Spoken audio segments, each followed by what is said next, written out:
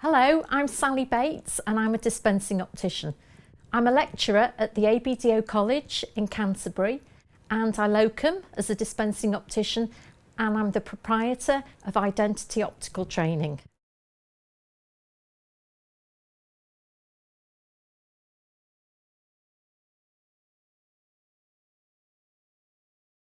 We can improve patients' lives by helping them to find the ideal solution to their visual problems.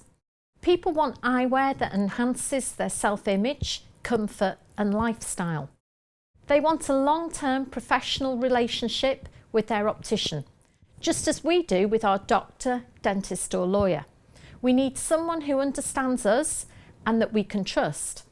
These are the same skills as the patient expects from us as their practitioner. People want to be treated as the most important individual in the world. Hello there, how are you? Some like to be treated as family, some as friends, and others as superiors. Engaging what people want is part of the practitioner's skill in the art of communication. And reading as well, is that important to you? Yeah. Okay, and have you had your eyes tested recently? Yes. Have you got a copy of your prescription? Yes. That's fine, Mrs. Charnley. Okay.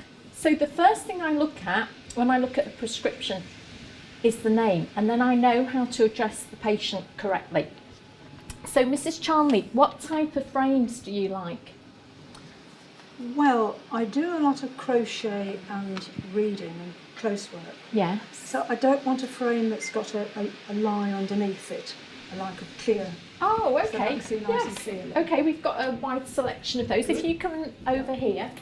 So these are the semi-rimless That's the frames. sort of thing I want, yes. Okay, let's try these and see what you think. Oh, they're lovely. Yeah. So would you like to have a look in the mirror? Oh, yes. Now that colour really suits you, doesn't it? Do you like gold? Yes. Yeah. Yes. Okay, and the shape's good. So let's find a couple more. Do you like detail on the frames, Mrs. Charnley? I don't mind, as long as it suits me. And these are lovely and light. Yes. Can you that's tell the nice. difference? Yeah, that's another Yeah. nice thing about it. That's beautiful. Yes. Yeah. Well, I like that. Okay, so you like a bit of sparkle on the frames? Why not? Why not? Okay, we've got a beautiful pair here. These are super. So let's pop these on. Oh, they're a good fit. Yeah. Let's see what you think about those. Oh, spoilt for choice now. Always find 3 frames. Always compliment the patient on the fit, the appearance or the style. You can always find something good to say about a frame on a patient's face. It's very important to compliment the patient, because if you think during the day how many times people compliment you, it's not that often. So to come into the opticians and be complimented makes people want to buy.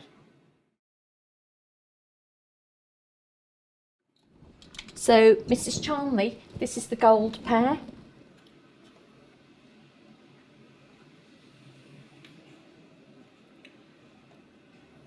They really suit your colouring.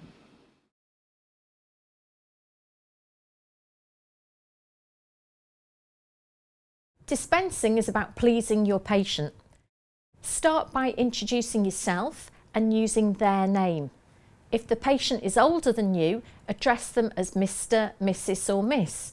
If they're young, use their first name. It's often easy to judge the patient's personality. If the patient's young and outgoing, use young lady or big man. Maintain eye contact with the patient, make them feel special because they are. The practice scenario is similar to a theatre. The art of dispensing is the show, and every member of staff has their role to play. The theatre shouldn't be false or phony. It just needs to be carefully choreographed. And there are 3 easy steps. The first is to be enthusiastic. The second is all about your actions and words. And the third uses props. Mrs. Charnley, that's lovely. I'll just check the fits for you. That's it. So I always check in 3 places. 1, and the patient thinks that I'm checking the fit on the bridge of the nose. 2, on the tops of the ears, and 3, just behind the ears. I haven't actually done anything with the fitting, but in the patient's head, she thinks that I'm checking the fit. So she thinks I'm checking the bridge, the head width, and the length to bend. Once you've touched the patient, you find that they're more trusting in you and what you're going to tell them about the lenses. So I would then place the frame on the desk, just out of reach, so that the patient admires them and wants to touch them again. So Mrs. Charnley, what spectacles do you wear at the moment? Have you brought them with you? Yes.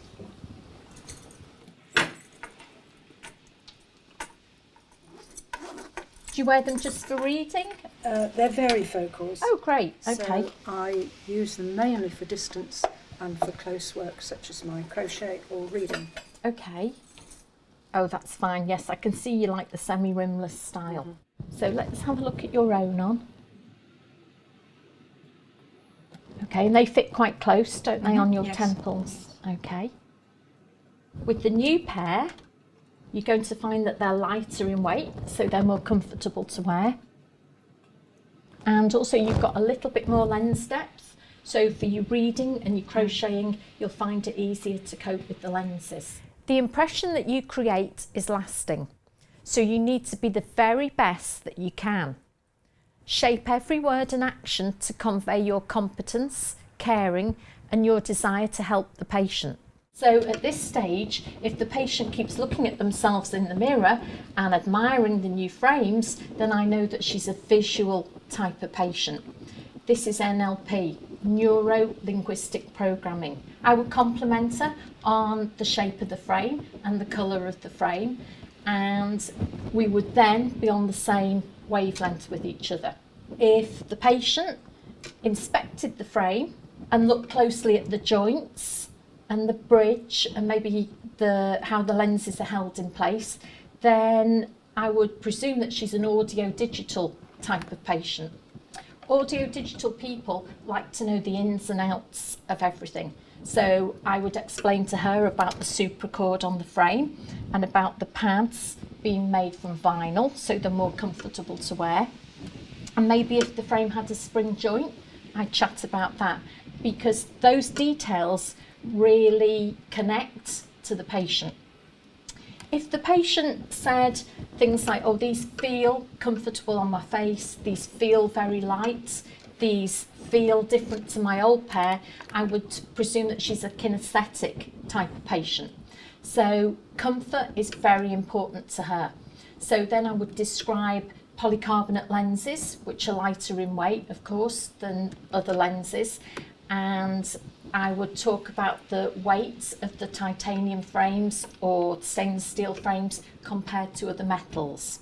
With auditory patients, it's a little bit more difficult because they don't do a lot of looking in the mirror or looking at the frames, but they do talk.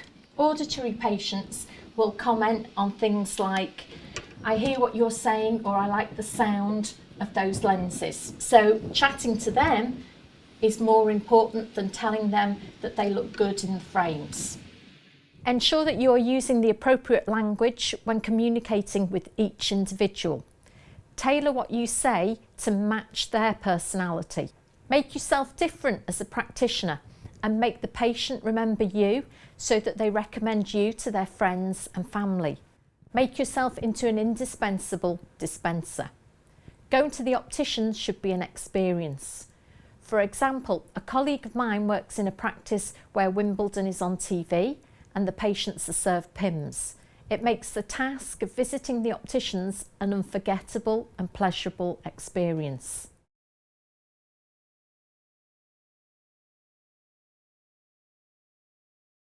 When helping people choose frames, then you want to assess if the patient is warm or cool colours and try and guide them to styles and colours that are going to suit them. Think about how they look and their lifestyle. So if you get the patient to try something like this on, they could walk out and never try anything else because they think that you're not on their wavelength as to what they look like in the frames. With this patient, it's quite easy because she's warm tones, and so warm frames will suit her. Often all you have to do is look at the patient's jewellery. So this lady's wearing a gold watch and a silver necklace, but she's got nice clear complexion and blonde hair. So you'll find that warm colours suit blondes better than cool colours. A very easy way of telling if people are warm or cool colours is to use a pashmina like this. So here we've got a cool colour, and if we place that on the patient, suddenly she looks sallow skinned, and you can see the grooves around her mouth, the lines. And if we compare that to a warm shade, so if we pop this one on top, and suddenly the colour's brighter, and you can see it adds a glow to a skin tone. So we know that we need to find frames that are warmer colours, so like golds, bronze, shades of pink will really suit this patient. This is the Colour Me Beautiful range of colours to check if people are cool or warm shades. So if we have a look at Judith, can you see in the mirror, Judith? Okay, so there's a cool blue or a warm blue. So straight away you can see that the warm blue looks so much nicer. A cool red, which is slightly bluey tones. Sorry, Judith. Or a warm red, that's more flattering. And then I always find the biggest giveaway is the burgundy, because burgundy is very cool on the face, and you can see on the skin tone here, highlights the pink. And yet if we go for orange, might not be a colour that people choose to wear, but it suits the patient so much better. And then white compared with cream, and again a difference with pink. So that's actually a warm shade of pink, so it's bordering slightly on peach, and then a cool pink. So we can see that our patient is definitely warm shades. The golden rule about selecting frames for faces is choose the opposite shaped frame to their face. So if they've got a round face, then select square or rectangular shaped frames for your patients. And if they've got a square face, then choose a round or a slightly curved frame for your patient. So it's very important to check the patient's face shape. So Judith has an oblong face. So if you put that frame on for me, what we want to do is try and balance the features. So with this frame, it's too heavy on top, so it cuts the face into two. So what we need to go for is a slightly deeper frame. So if you put that one on for me. With this frame, we've got more lens depth, but a high bridge, and so it increases the length of the patient's nose. So what we're trying to aim for is a frame that's well balanced. But with this frame, it's too square in shape, so it makes Judith's chin and forehead look squarer in shape. So an ideal frame would be that with a bridge in the centre and equal distance top and bottom for the fitting. That's beautiful. As practitioners, we need to be knowledgeable and competent. These days, anyone can Google, whereas a computer has the knowledge, it doesn't have the interpersonal skills and the competence that we have. So share your knowledge and educate the patient in ways that they can relate to. Remember, knowledge is power. I just want to make a slight adjustment. So if you feel confident, adjust the frames in front of the patient, but if not, then you need to go in the workshop and adjust them. So I'd never adjust a length to bend in front of the patient in case I broke the frame, but the pads are quite easily adjustable. That's better. Good. Does it feel better? Feels fine. I always make a positive remark rather than just putting the frames back on the patient. So I would always say, that feels better, doesn't it? And then the patient will agree with me. A skilled communicator will discover what the patient wants. All we need to do is ask appropriate questions. But you need to make sure that you are expert enough to give the best advice to meet the patient's requirements. We also need to be sensitive to the patient's needs and wants. So Mrs. Charnley, you said you were wearing varifocals. That's right. So if we just have a look, I'll be able to tell what lenses that you're wearing. So forgive them a little clean. And you've got a few scratches there. Let's have a look. We make these varifocals here. So have you been happy with them? Yes, perfectly. Okay, so we can make the same type again for you. And this time, I'd recommend a better coating on the lenses, Right. so that they'll be more scratch resistant for you. We need to take some measurements Okay. for your new spectacles. So if we take those off for a moment. And what I need you to do is just hold this up like a pair of binoculars. And if you look down there for me, that's it. Good. If you look at the light, here's one. That's fine. Great. Thank you. And we'll measure you for your new pair. So, do you find you drive in your specs? Yes. Okay. Do you find the light bothers you at all?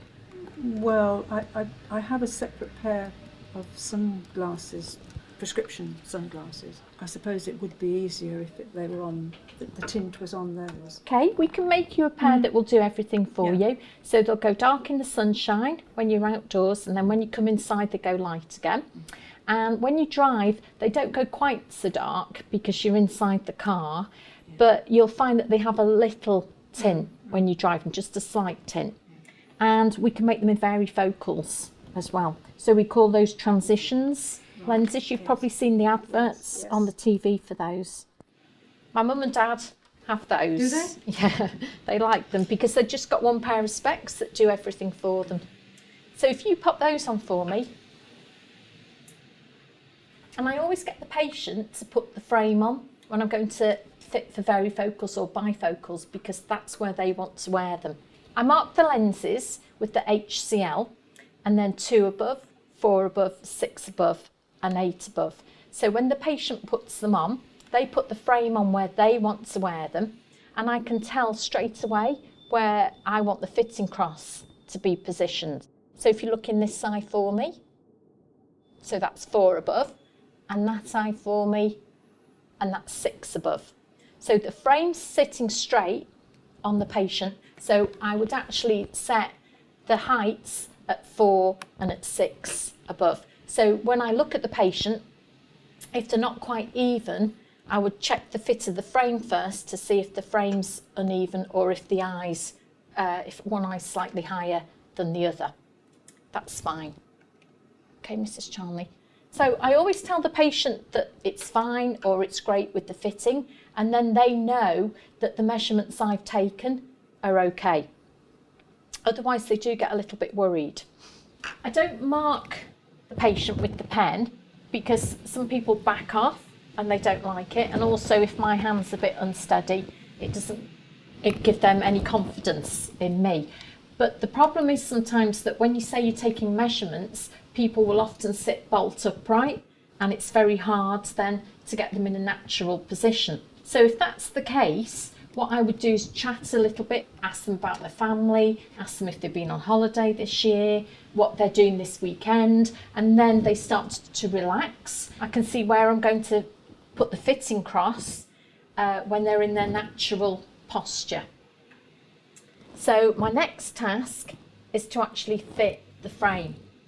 So to do that, I would check the bridge fitting, and I would then make a note of the distance between the pad centres. I'm measuring this from the centre of the left pad to the centre of the right pad, and it measures 17 millimetres. This is particularly important when I measure progressives in a metal frame, because if those pads are moved out of shape, the patient won't be looking through the right part of the lenses and could have difficulty with the distance or the near vision.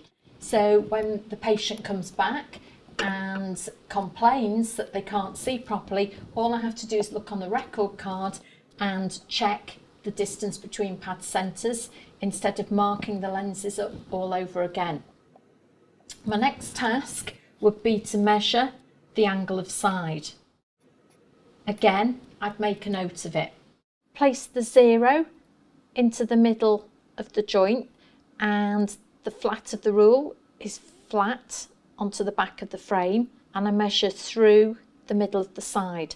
So you can see that the angle of side is 9 degrees. When dispensing universal progressives, the angle of side of the frame has to be 10 degrees, because standard progressives are pre-decentered to be fitted at a 10-degree tilt. If you use freeform progressives, they can be dispensed at any angle of side because they're made to measure progressives. If you pop those on again for me, I'd always check the length to bend. So if you could turn that way for me. And so I measure from the dowel point to the ear point. And again, to that side for me, Mrs. Charmley. That's fine. So do it for both right and left. And then I can make any adjustments necessary. And I can also shorten the sides if required. And the final measurement that I take is actually the head width measurement. So if you haven't got head width calipers at work, you can always use a facial rule and a frame rule. When we measure the head width, we measure ear point to ear point, and Judith measures 145 millimetres. When setting up the frame, I'd compensate the head width for a close fitting. So I would reduce the head width by 10 millimetres. This is ideal for patients who wear turbans or head scarves or maybe a wig, so that the spectacles fit close. I want to adjust the let back on each side to make the head width 135, so it's compensated to fit the patient. With this being a super frame, it's easier to use the rimless pliers to grip where the supracord meets the rim. Then I don't risk chipping the lens. So I grip with the rimless pliers, and with the half covered pliers I can then easily adjust the let back. This is a very easy way that can be used to also increase or decrease the angle of side of the frame. So if I check the head width now, you can see that it measures 135. So when the patient puts it on, if you put your head down for me, it fits comfortably at the ear points. To alter the angle of side with a supra, it's easy to angle the lug. So we can increase or decrease the angle of side of the frame and stop the lens from chipping or from the cord breaking. If the patient only had one ear or maybe no ears, then I would straighten the side and I would reduce the angle of let back, therefore decreasing the head width, and then the frame would fit closer for the patient.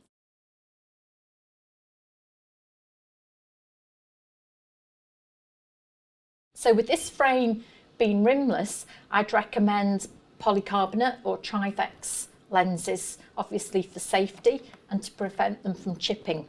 At this point, it's very important to drop props. So I just happen to have a polycarbonate lens, and to show how impact resistant they are, there's an ideal way of demonstrating. So if I pop the lens here,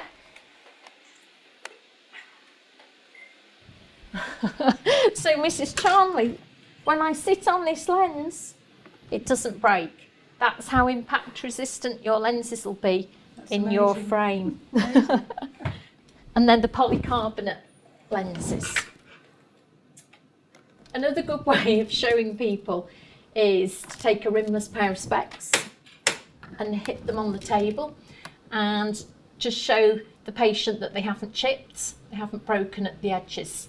So a lot of people are amazed and they go ahead and they order polycarbonate. Some patients are very price conscious and other patients don't mind how much they spend on their spectacles. You sometimes find with older people that they think that that will be the one and only last pair of spectacles that they're going to have, and so they'll pay that little bit more for something better. Don't be embarrassed to tell the patient about the best type of lenses available. Never prejudge a patient, because there's a saying, only tramps and millionaires can dress like tramps. So if a patient comes in and they look like a tramp, it doesn't mean that they can't afford the best pair of spectacles in the practice. And it's the same with the lenses. People always want the best lenses for themselves. So they want to know about what's available. So it's better to tell them everything you can about the best lenses. And from there, they can make an educated decision about what they want to have. So with Mrs. Charnley, I tell her about freeform progressive lenses and transitions lenses and the best anti-reflection coatings. So Mrs. Charnley, we can make you a second pair of spectacles that would be suitable for just arm's length reading and close to reading. Have you tried those before? No. Okay, I'll get a demonstration kit and show you the lenses. Okay.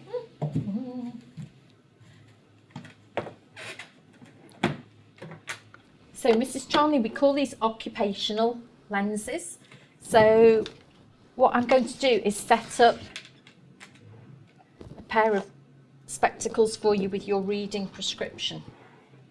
So just bear with me. We'll pop the lenses in. Don't even need a screwdriver to fit them in.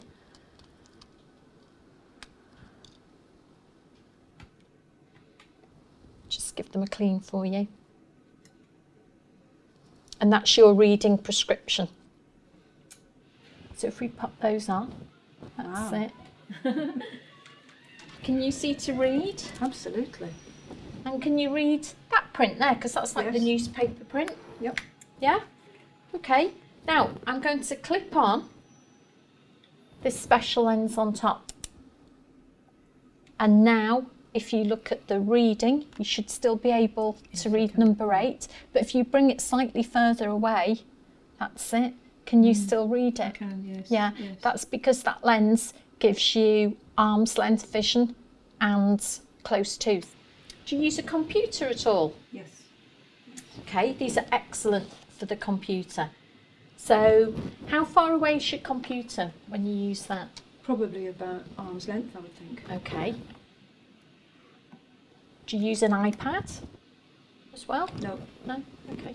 Just a stable computer. So if we pop those on, and if I hold this now at about where your computer screen is, so you said about arm's length, didn't you? And the computer type would be like that. Can you manage to read there? Absolutely, yes. Okay, good. And there as well. Yes. Yeah? You'll find that when you look around the room, things are a little bit so blurry. good. Yes, yeah, that's right. That's normal. Yes. That's normal. So would they you are like specifically for? Oh, specifically. Yeah, you can't really walk around No. in them, and you definitely can't drive in them. So would you Yeah. like a pair of those? Why not? Great. People don't want to be sold to, but they do love to buy. and patients buy positive feelings. The patient wants to enhance their self-image, for example, their car, their clothes or their jewellery. And sometimes we forget that spectacles enhance the patient's personal appearance because they project a style and a youthfulness. We can also improve their vision, comfort and utility.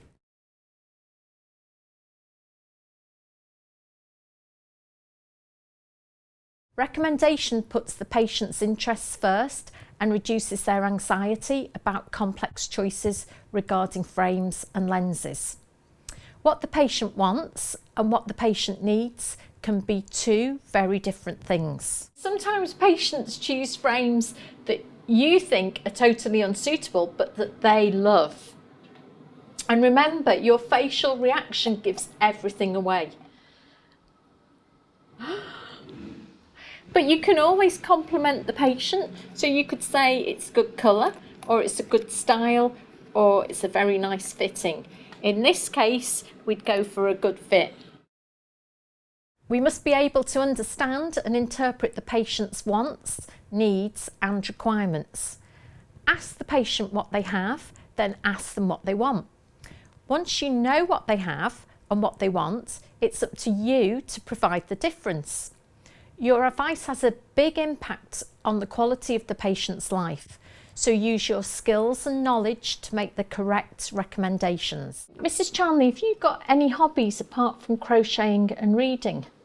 Oh yes, I've recently, since I retired, I've taken up golf. Golf? Golf, yes. Well, we've got just the lenses for Oh. you. Let me show you something that will really help you with your golf. Oh wow, I need to improve my handicap. So you can have all different types of filters on your lenses. So these are special tints. So there's different colours. But the best thing to do is for you to try them and see what you think. So this is a brownie colour filter. So when you look around with those on, you'll find that you get slightly better depth perception. So when you're out there on the golf course, you know the undulations, the curves on the golf course, you'll be able to see those much better. So this is a set of tints and filters that we can recommend for you. And as you see on here, the golf filter is actually that one. Yeah. Oh. Now, So it's especially for golf? yes, totally. Wonderful. Yeah. You can drive in them as well during the day, but not at night. They're not for night driving.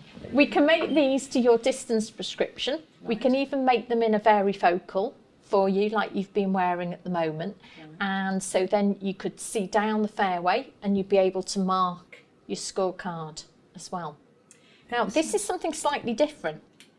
I don't know if you want to try it, but this is also for golf, even though it's a blue colour, but it actually shows up things that are white. So of course your golf ball, is white, so you'll be able to see that a lot easier. Which do you prefer to look through? I think this one. Yes. Is it more soothing Yes. for you? Yes. Yeah. I like that one better. Yeah. So it's better not to give the patient too many options. So here I've got 4 pairs of tinted lenses that are all different out on the desk. At this point, it's probably better to take 2 away, and then the patient can just decide between the 2 that are left. Because often people get very confused by the amount of different lenses that we have to offer in the opticians. This is very handy to use to show patients, and of course they can look through and test and see which sample lens is best for them. But really, it's better to just have them glazed in a big unisex frame, and then they can put them on top of their own specs and be able to see what's best for them. Since we had these made up, of course, the number of dispensings of this filter has rocketed. Even with these filters though, it won't turn a bad golfer into a Rory McIlroy. Paraphrase the patient when you make frame and lens recommendations. Always share your expertise and don't be embarrassed to recommend the best products available.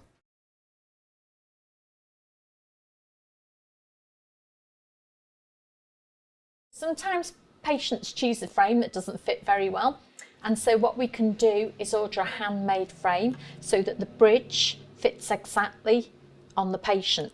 So for example, with this frame, the shape's good, but it obviously doesn't fit on the bridge of the nose. So we could send that frame away and have it copied with all the measurements specifically to fit our patient. So the first measurement I need to take is the crest height.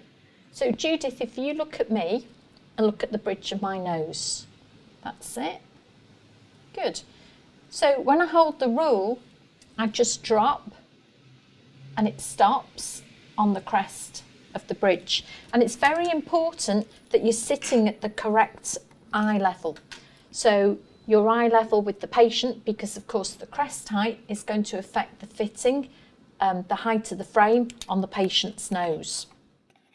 For projection, you need to check the patient from the side and check if they're a positive or a negative projection. So if you follow my finger, Judith, that's it.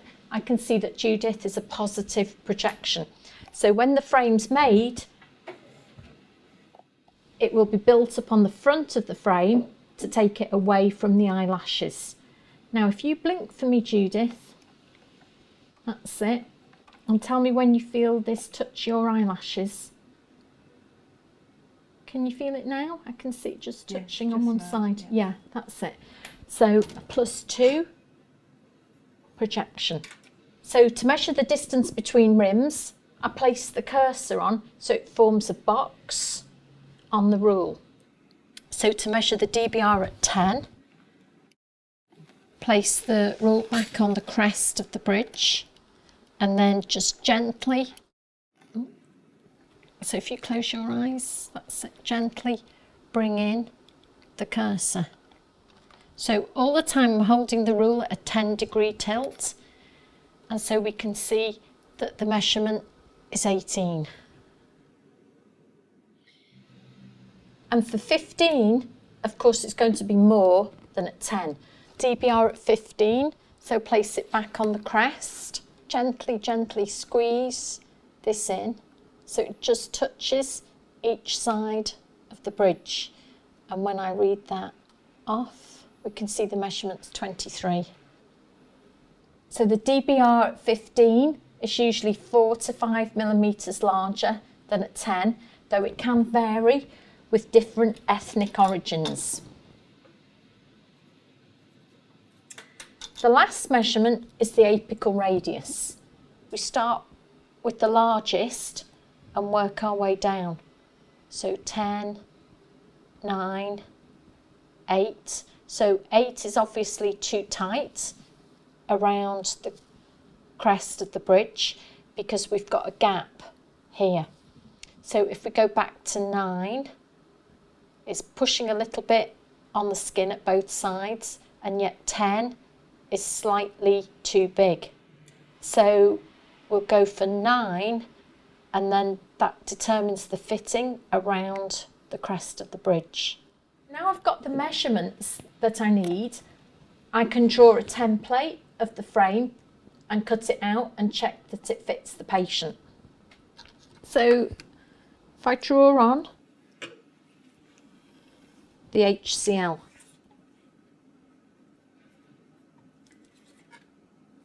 and above the HCL I measure 5 millimetres because that's the crest height. So I'll mark that on and then draw around the apical. So the apical was 9.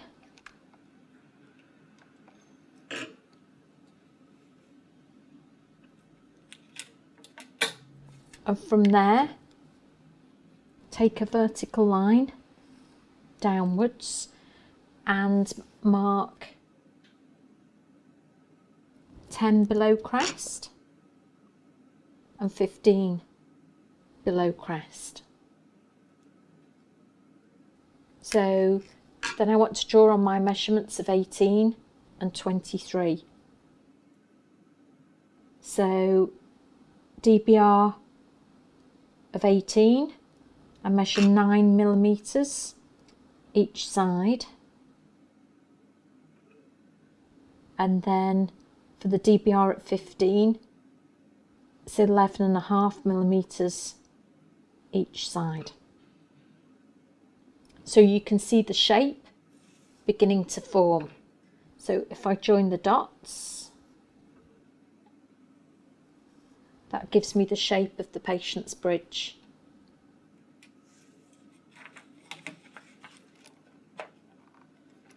So if I carefully cut that out, that gives me the shape of the patient's nose. And I have a template for the bridge.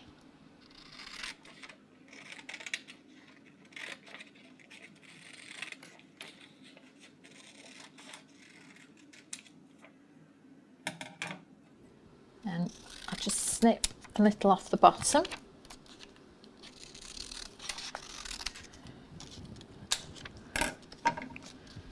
And then I have the perfect template to fit Judith's bridge. And we can see that it fits nicely on the crest, but I need to just cut away a little bit more here on the bottom. And we've got a perfect fit. So the apical radius fits all around the crest, and the DBRs touch at 10 and 15mm below crest. So I can check before I have the frame sent away to be made that it will actually be copied, so that that frame front will be made with the fitting for Judith, and I've got her measurements.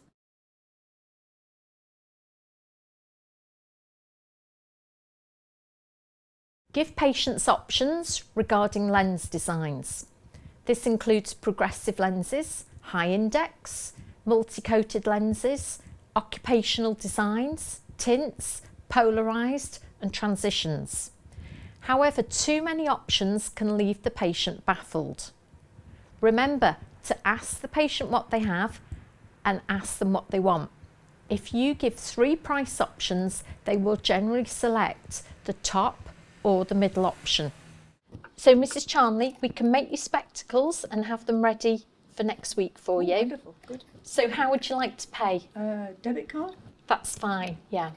So I always ask people how they would like to pay, rather than taking, say, a 50% deposit or only £20 deposit, because they will come back if they've paid in full, and it doesn't give them the opportunity to go home really and change their minds. Patients have a natural anxiety about visiting the opticians, and this manifests itself twofold. The first is a healthcare situation. They're often worried that they are going to be told bad news regarding their health or their vision or both. The second is the cost situation. They are often worried that their bank balance will be affected. Whereas first impressions set the tone for the entire visit to your practice, the farewell has a lot to do with the patient's overall evaluation of the visit and their likelihood of returning. How many times have you walked out of a restaurant and thought that wasn't worth the money? And yet, if you're given a free drink with your bill or free truffles with your coffee, your perception of the meal is totally different. People remember the last 3 things that you say to them. So never say call back if you have a problem. This only plants a seed of doubt in their mind and encourages the thought that they will expect to have a problem. To conclude, develop your skills and consistently exceed what the patient expects from you. Always under-promise and over-deliver. And compliment your patient, whether it's frame style, colour or fitting.